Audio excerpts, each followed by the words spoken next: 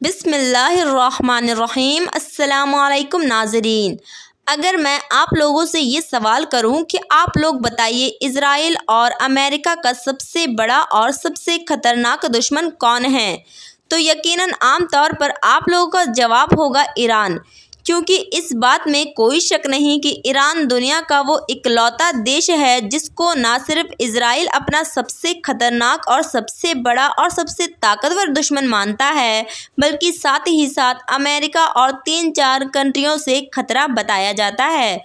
उस लिस्ट में भी ईरान का नाम शामिल है। वैसे इज़राइल और ईरान के बीच की दुश्मनी बहुत सारे वजह से है, मगर जो सबसे बड़ी वजह बताई जाती है वो दरअसल वो छोटे छोटे ग्रुप है जो फ़िलिस्तीन, लेबनान और सीरिया जैसे इलाकों में मौजूद है और जो फ़िलिस्तीनी लोगों से इज़राइल का मुकाबला करते हैं। ये सारे ग्रुप खुफिया तौर पर अपने सारे ऑपरेशन चलाते हैं और वक्त वक्त पर जंग की शक्ल में इज़राइल को बड़ा नुकसान पहुंचाते हैं, जिससे इज़राइल एक लंबे वक्त से परेशान दिखाई देता है। याद रखें, इस वक्त ये सारे ग्रुप इनडायरेक्टली और अनऑफिशियल ईरान की तरफ से हैंडल किए जा रहे हैं। यानी ज़्यादातर रिपोर्ट्स का ये दावा है कि इन सभी को ही अंदरूनी तौर पर ईरान सपोर्ट कर रहा है। ईरान पैसा देता है और ईरान ही हथियार देता है। इन सारे ग्रुप में जो सबसे ज़्यादा ताकतवर और सबसे बड़ा ग्रुप जिसका है आज के दौर में हिजबुल्लाह के नाम से जाना जाता है, वो तो ऑफिशियल ही ईरान के अंडर में रहता है और वो तो इतना ज़्यादा ताकतवर हो चुका है कि इज़राइल डायरेक्टली किसी जंग में कूदना नहीं चाहता है, जिसका सबूत कुछ महीनों में कई बार देखने को मिला है। इज़राइल जानता है हार और जीत तो बाद में तय होगी, मगर हिजबुल्लाह से जंग करने की वो नुकसान उठाने की जिसकी शायद भरपाई भी नहीं की जा सकती। रिपोर्ट्स की माने तो हिजबुल्लाह समेत ये सारे ही छोटे बड़े ग्रुप इस वक्त इतनी ज़्यादा ताकतवर हो चुके हैं जितना इतिहास में पहले कभी भी नहीं बने थे। वजह साफ है, क्योंकि खुद ईरान भी पूरे इतिहास में सबसे ज़्यादा ताकतवर पोजीशन पर है। जैसे जैसे ईरान ताकतवर हुआ वैसे वैसे ये ग्रुप भी ताकतवर होती चली जा रही है और आज भी जब ईरान खुद बेइंतहा ताकतवर हो चुका है, उसके सपोर्ट से चलने वाले ये सारे ग्रुप बेइंतहा ताकतवर नज़र आते हैं। ईरान को लेकर इज़राइल की परेशानियां अचानक से उस वक्त और भी ज़्यादा तेज़ी से बढ़ना शुरू हो गई है जब 2-3 साल पहले ये खबर आना शुरू हुई थी। दरअसल ईरान अपने न्यूक्लियर प्रोग्राम पर बड़ी तेज़ी के साथ काम कर रहा है, यानी बड़ी तेज़ी के साथ ही कोशिश कर रहा है कि किसी तरह से वो भी एक परमाणु ताकत बन जाए। यानी वो चीज़ थी जिसमें इज़राइल को पूरी तरह से हिलाकर रखा है। वजह ये थी क्योंकि ईरान है दुनिया का इकलौता देश है जो खुले तौर पर ना सिर्फ इज़राइल को अपना दुश्मन मानता है, बल्कि बार बार और हर बार ये कहता है कि उसकी ज़िंदगी का ये सबसे बड़ा सपना है कि वो दुनिया के मैप से इज़राइल को मिटा दे। क्योंकि इज़राइल का तो कोई देश ही नहीं है, बल्कि उसका कोई वजूद ही नहीं है। ये तो वो लोग हैं जो फ़िलिस्तीन की जगह पर कब्ज़ा करके गैर कानूनी तरीके से रह रहे हैं। अब जाहिर है कि जिस देश का मेन मकसद और सपना ही ये है कि वो दुनिया के मैप से इज़राइल को हमेशा हमेशा के लिए ख़त्म कर दे और वही देश परमाणु ताकत बनने के कगार पर भी पहुंच जाए, ये इज़राइल के लिए कितनी खतरनाक बात है। और इज़राइल के लिए एक सबसे बड़ी परेशान कर देने वाली बात ये है कि उसका साइज़ बेइंतहा छोटा है। इसलिए माना जाता है कि फ्यूचर में कभी भी किसी भी जंग में किसी भी तरह से इज़राइल की एक और परमाणु बम छोड़ दिया जाए तो दोबारा वो कभी भी खड़ा नहीं हो सकता, क्योंकि एक परमाणु बम उसके साइज़ के हिसाब से उसके लिए बहुत बड़ा साबित होगा। क्योंकि वैसे तो इज़राइल ने अभी तक इतिहास में कई जंग लड़ी है, मगर कभी भी उसके दुश्मन के पास परमाणु बम नहीं था। अगर ईरान के पास परमाणु बम आ जाता है तो जाहिर सी बात है कि इज़राइल के लिए कितनी खतरनाक बात साबित होगी। इज़राइल ने इस खबर के वायरल होते ही फ़ौरन अपना मिशन शुरू कर दिया और हर तरह से ईरान को रोकने की कोशिश शुरू कर दी है। ईरान में जगह जगह पर अटैक करवाए गए, कई बार बड़े बड़े और मशहूर लोगों को कत्ल किया गया और उस साइंटिस्ट को भी कत्ल कर दिया गया जिसके बारे में ये दावा था कि वो ईरान के न्यूक्लियर प्रोग्राम के लीड में काम कर रहा है। इतना ही नहीं, खुफिया जगह पर बड़े बड़े ऑपरेशन को लॉन्च किया गया। मगर ये सारी एक्टिविटीज़ करने के बावजूद भी, सारे एक्शन लेने के बावजूद भी जो चीज़ इजराइल को सबसे ज़्यादा परेशान कर रही है वो दरअसल ईरान का बयान था। क्योंकि इन सारे हमलों के बावजूद भी, इन सारे अटैक्स के बावजूद भी ईरान सिर्फ अपना बयान ही जारी करता था और कोई खास बदले की कार्रवाई नहीं करता था। इसी को लेकर इजराइल परेशान था कि आखिर ईरान बदला क्यों नहीं ले रहा है, कोई भरपूर जवाब क्यों नहीं दे रहा है। और यकीनी तौर पर इजराइल का ये डर उस वक्त 2023 से शुरू है कि कई बड़े बड़े मीडिया ऑर्गेनाइजेशन की तरफ से ये रिपोर्ट आना शुरू हुआ कि अब ईरान न्यूक्लियर प्रोग्राम बनने के लिए बहुत करीब पहुंच चुका है।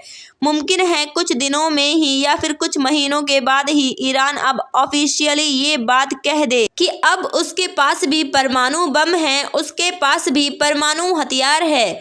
दरअसल पिछले कुछ वक्त में ईरान की तरफ से इजराइल का कोई भी ठोस और कठोर जवाब न देना इस बात का इशारा कर रहा था कि ईरान किसी भी तरह से अपने न्यूक्लियर प्रोग्राम से समझौता नहीं करना चाहता था।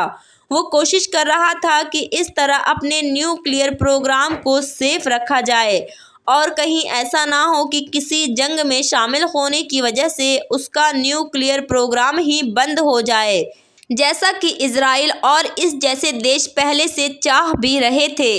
अब जैसे ये कयास लगाया जा रहा है कि ईरान परमाणु ताकत बनने जा रहा है, बिल्कुल आखिरी स्टेज तक पहुंच चुका है और बहुत जल्द ही बनने वाला है, तो ये बात जाहिर है कि इजराइल हद से ज़्यादा परेशान नज़र आ रहा है और उसकी ये परेशानी साफ तौर पर जाहिर भी हो रही है।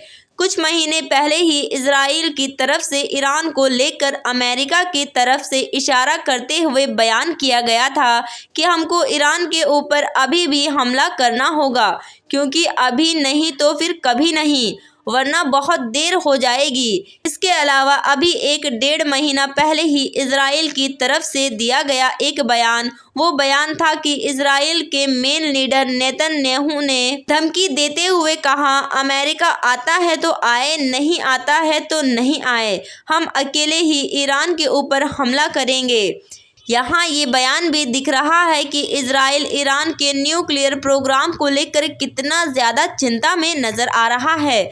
इसके अलावा ये बयान भी बिल्कुल अभी कुछ दिन पहले ही दिया गया, ईरान दरअसल 50 नॉर्थ कोरिया के बराबर है, ये कोई ऐसा पड़ोसी देश नहीं है।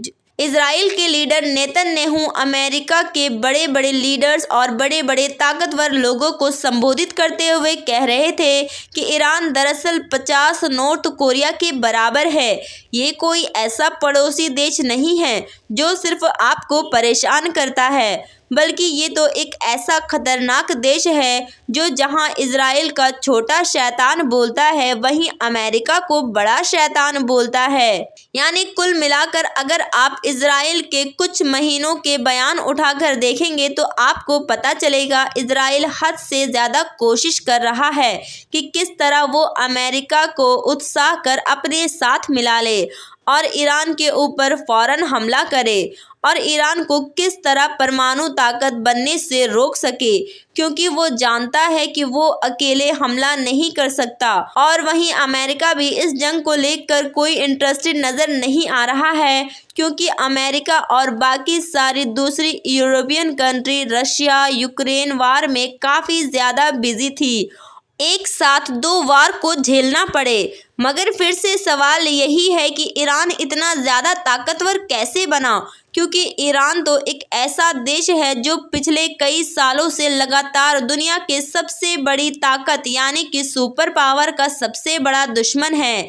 यही वजह है कि अमेरिका ने उसको वक्त वक्त पर इतनी ज़्यादा पाबंदियां लगाई। किसी और देश में लगती तो शायद वो देश ना सिर्फ गरीब होता बल्कि दुनिया के नक्शे से भी ख़त्म हो जाता, मगर ईरान उनको झेलने में कामयाब हुआ और उल्टा इतना ज़्यादा ताकतवर बन गया कि आज वो एक नई ताकत बनकर उभरा है। इतनी बड़ी ताकत जिससे ना सिर्फ इजराइल बल्कि उसके दोस्त अमेरिका के नाक में भी दम करके रख दिया है। बल्कि ये वो तक दावा करता जा रहा है कि बहुत जल्द ही ईरान परमाणु ताकत वाला देश बन जाएगा। सवाल ये है कि आखिर ये सब कुछ कैसे हुआ? आखिर ईरान के पास ऐसा क्या चीज़ मौजूद है जिसकी वजह से इजराइल ईरान से इतना ज़्यादा डरता है? ईरान के मुताबिक ईरान के मिसाइलें और ड्रोन्स दुनिया भर में काफ़ी ज़्यादा मशहूर है। आपको बताते चले कि बहुत वक्त से ईरान के ऊपर बहुत सारी पाबंदियां लगाई गई, और जब किसी देश के ऊपर बहुत सारे पाबंद लगाए जाते हैं तो फिर अपने देश में भी हथियार बनने के लिए जो उसको मटेरियल चाहिए होता है वो दूसरे देशों से नहीं खरीद पाता है। मगर इन तमाम चीज़ों के बावजूद भी ना सिर्फ मटेरियल का इंतज़ाम किया बल्कि खुद अपने ही देश के अंदर बहुत ही ताकतवर और शानदार हथियार बनाकर तैयार किए। इनके पास 3000 से भी ज़्यादा अलग अलग बड़ी बड़ी मिसाइलें मौजूद है, 1000 रॉकेट मौजूद है। ईरान के सारे हथियार अंडरग्राउंड में होते हैं, यानी ज़मीन के अंदर सारे हथियार रखे हुए हैं, और वहाँ पर बैठकर ही वहाँ के आर्मी बहुत सारे ऑपरेशन को अंजाम देती है। इतना ही नहीं, जिन जगहों पर मौजूद होता है उनके ऊपर ऐसा सिस्टम भी होता है जो दुश्मन इस जगह पर वार करने की कोशिश करता है। इसके अलावा इस मिसाइल को इस तरह बनाया गया है और ज़मीन के नीचे इस तरह से फिट किया गया है, और ज़मीन के इतने नीचे बनाया गया है कि घर ऊपर से आम हथियार तो दूर, अगर परमाणु बम से भी हमला कर दिया जाए तो वो इसके अंदर नहीं होगा। और शायद यही वजह है कि ईरान की इसी आर्मी को ईरान की रीढ़ की हड्डी माना जाता है, यानी आप ये कह सकते हैं कि ये उसकी सबसे बड़ी ताकत है। इसके अलावा ये भी देखा गया है कि वक्त के साथ ईरान की मिलिट्री से जैन बहुत तेज़ी से बढ़ी हुई है और ये बहुत ताकतवर बन चुकी है। आज के दौर में ये 17वें नंबर पर आ चुकी है और इजराइल को भी पीछे छोड़ चुकी है, और जगह के मामले में भी ईरान सबसे बड़ा और पूरी दुनिया का सबसे बड़ा देश यानी 17वें नंबर पर आ चुका है। ये एरिया इतना ज़्यादा बड़ा है कि अगर यूरोप के कुछ देश यानी कि Spain, France, Belgium, Netherland, Germany जैसे देशों को इकट्ठा कर लेता है तब भी ईरान उनसे बड़ा होगा। अब जाहिर है कि इस चीज़ का फ़ायदा सबसे ज़्यादा ईरान की ज़मीन में यूरेनियम तेल मौजूद है, जो ना सिर्फ इनको अमीर बल्कि ताकतवर भी बनाता है। उम्मीद करती हूँ आज का ये वीडियो आप लोगों को ज़रूर पसंद आया होगा। इंशाल्लाह इस वीडियो से आपके मालूमात में भी बहुत ज़्यादा इजाफा हुआ होगा। वीडियो अच्छी लगी तो वीडियो को लाइक करें और इसे अपने दोस्तों तक भी ज़रूर शेयर करें। मिलती हूँ एक नई वीडियो के साथ, तब तक के लिए जज़ाकल्लाहु खैर।